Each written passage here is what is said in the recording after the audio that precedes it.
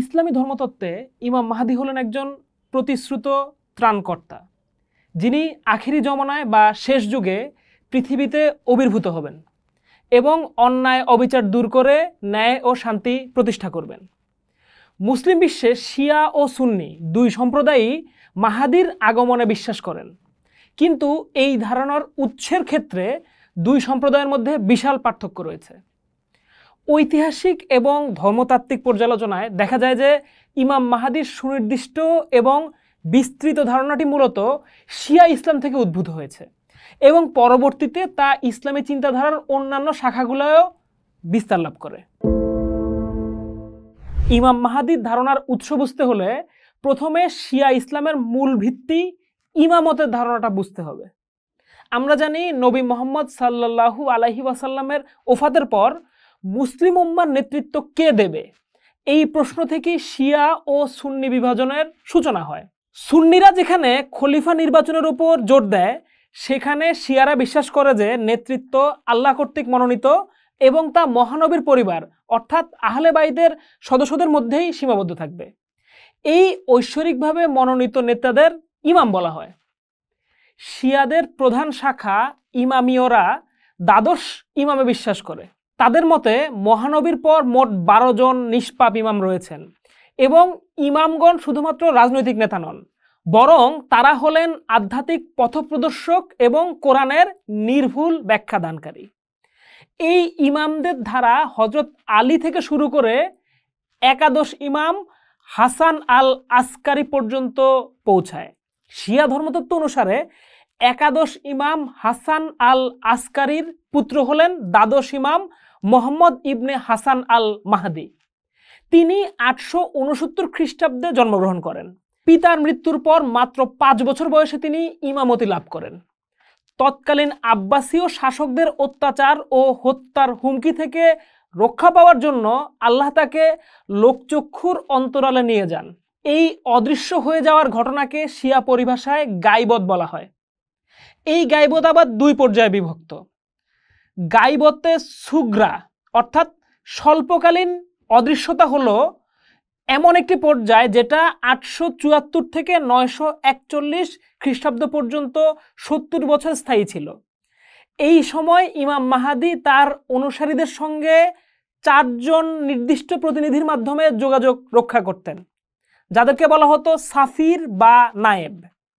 এই প্রতিনিধিরা সাধারণ মানুষের প্রশ্ন ও সমস্যার কথা ইমামের কাছে পৌঁছে দিতেন এবং ইমামের নির্দেশনা মানুষের কাছে নিয়ে আসতেন।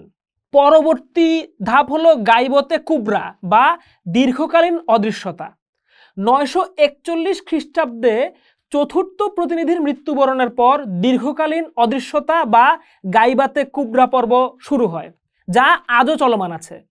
শিয়ারা বিশ্বাস করে এই সময় ইমাম মাহদী জীবিত আছেন এবং পৃথিবীতে অবস্থান করছেন, কিন্তু সাধারণ মানুষের চোখের আড়ালে অর্থাৎ গাইবতে রয়েছেন।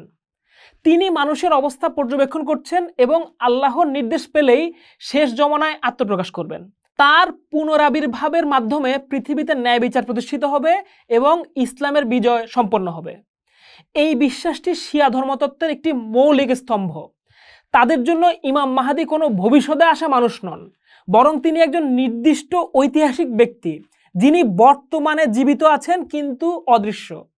এই বিশ্বাস শিয়া সম্প্রদায়কে শত শত বছর ধরে রাজনৈতিক ও সামাজিক নিপীড়নের মুখেও আশা ও ধৈর্যের যোগান দিয়ে চলছে।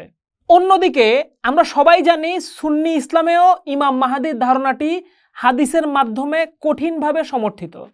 সুন্নানে আবু দাউদ, তিরমিজি, ইবনে মাজাহ সহ বিভিন্ন হাদিস গ্রন্থে মাহদীর আগমন সম্পর্কে বর্ণনা রয়েছে। সুন্নি বিশ্বাস অনুযায়ী ইমাম মাহদী হলেন মহানবীর বংশধর। বিশেষ করে হযরত ফাতিমার বংশ থেকে আসবেন ইমাম মাহদী। তার নাম হবে মুহাম্মদ এবং পিতার নাম হবে আব্দুল্লাহ, যা মহানবীর নামের অনুরূপ। তিনি শেষ যুগে আবির্ভূত হবেন এবং পৃথিবীতে জুলুম পূর্ণ হয়ে গেলে 7 বা 9 বছর শাসন করে ন্যায় বিচার প্রতিষ্ঠা করবেন। তার আবির্ভাব হবে কিয়ামতের অন্যতম বড় আলামত। কিন্তু শিয়া ও সুন্নিদের মধ্যে মাহদীর ধারণার মূল পার্থক্যগুলো হলো, শিয়াদের কাছে মাহদী হলেন দ্বাদশ ইমাম, যিনি শত শত বছর ধরে জীবিত ও অদৃশ্য, কিন্তু সুন্নিদের কাছে তিনি একজন ভবিষ্যৎ নেতা, যিনি এখনো জন্মগ্রহণই করেননি এবং শেষ যুগে সাধারণ মানুষের মতোই জন্মগ্রহণ করবেন। শিয়াদের কাছে ইমাম মাহদী একজন নিষ্পাপ অর্থাৎ মাসুম ও ঐশ্বরিকভাবে মনোনীত ইমাম, যার মর্যাদা নবীদের কাছাকাছি। অন্যদিকে সুন্নিদের কাছে তিনি একজন ন্যায়পরায়ণ শাসক এবং মুজাদ্দিদ অর্থাৎ সংস্কারক। শিয়াদের জন্য ইমাম মাহদীর উপর বিশ্বাস তাদের আকীদার মূল ভিত্তিগুলোর একটি, কিন্তু সুন্নিদের জন্য এটি কিয়ামতের আলামতগুলোর মধ্যে একটা গুরুত্বপূর্ণ আলামত হলেও তা ঈমানের মৌলিক স্তম্ভ নয়। ঐতিহাসিকভাবে শিয়াদের মধ্যে ইমাম মাহদীর সুসংগঠিত ও কেন্দ্রীয় ধারণাটি অনেক আগে থেকেই প্রতিষ্ঠিত ছিল। নবম শতকে দ্বাদশ ইমামের অদৃশ্য হয়ে যাওয়ার পর থেকেই এই বিশ্বাস শিয়া সম্প্রদায়ের পরিচয়ের অবিচ্ছেদ্য অংশ হয়ে ওঠে। অন্যদিকে প্রাথমিক সুন্নি হাদিস সংকলনগুলোতে মাহদী সংক্রান্ত বর্ণনা থাকলেও তা শিয়াদের মতো এতটা কেন্দ্রীয় এবং বিস্তারিত ছিল না। অনেক ইসলামী ইতিহাসবিদ ও গবেষক মনে করেন যে সময়ের সাথে সাথে শিয়া ও সুন্নি সম্প্রদায়ের মধ্যে জ্ঞান চর্চার আদান প্রদানের ফলেই মাহদীর ধারণা সুন্নি চিন্তাধারায় আরও বেশি প্রভাবশালী হয়ে ওঠে। বিশেষ করে যখনই মুসলিম বিশ্বে রাজনৈতিক অস্থিরতা ও সামাজিক অবক্ষয় দেখা দিয়েছে, তখনই একজন ত্রাণকর্তার ধারণা হিসেবে মাহদীর বিশ্বাসটি জনপ্রিয় হয়েছে। প্রখ্যাত ঐতিহাসিক সমাজতাত্ত্বিক ইবনে খালদুন তার মুকাদ্দিমায় ইমাম মাহদী বিষয়ক বহু হাদিস একত্র করে দেখান যে এগুলোর একটা বড় অংশ শিয়া সূত্র থেকে এসেছে।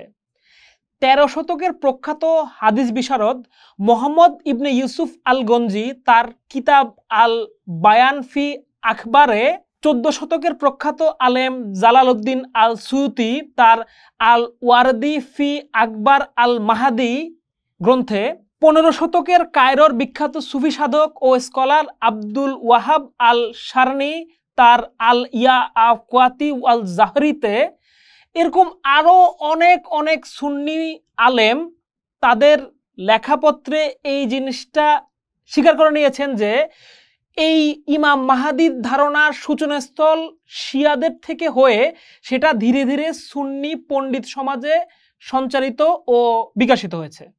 বিশেষত রাজনৈতিক অস্থিরতা, সামাজিক অবক্ষয় ও নৈতিক পুনর্জাগরণের মুহূর্তে এই বিশ্বাস নতুন মাত্রা পেয়েছে। শিয়াদের গাইবতের ধারণাটি তাদের রাজনৈতিক দর্শনেও গভীর প্রভাব ফেলে। ইমামের অনুপস্থিতিতে সমাজ পরিচালনা করার জন্য বেলায়েতে ফিকহ বা ফিকহদের অভিভাবকত্বের মতো তত্ত্বের উদ্ভব হয়েছে, যা আধুনিক ইরানের শাসন ব্যবস্থার ভিত্তি। তাহলে দেখা গেল শিয়া এবং সুন্নি দুই উৎসেই ইমাম মাহদী মূলত একটি আশাবাদের ধারণা দেয়, যেই আশাবাদকে সঙ্গে নিয়ে মুসলিম সম্প্রদায় সামনের দিকে এগিয়ে চলছে। পোস্ট দেখুন, ভাবুন, করুন, থাকুন পোস্টের সাথে।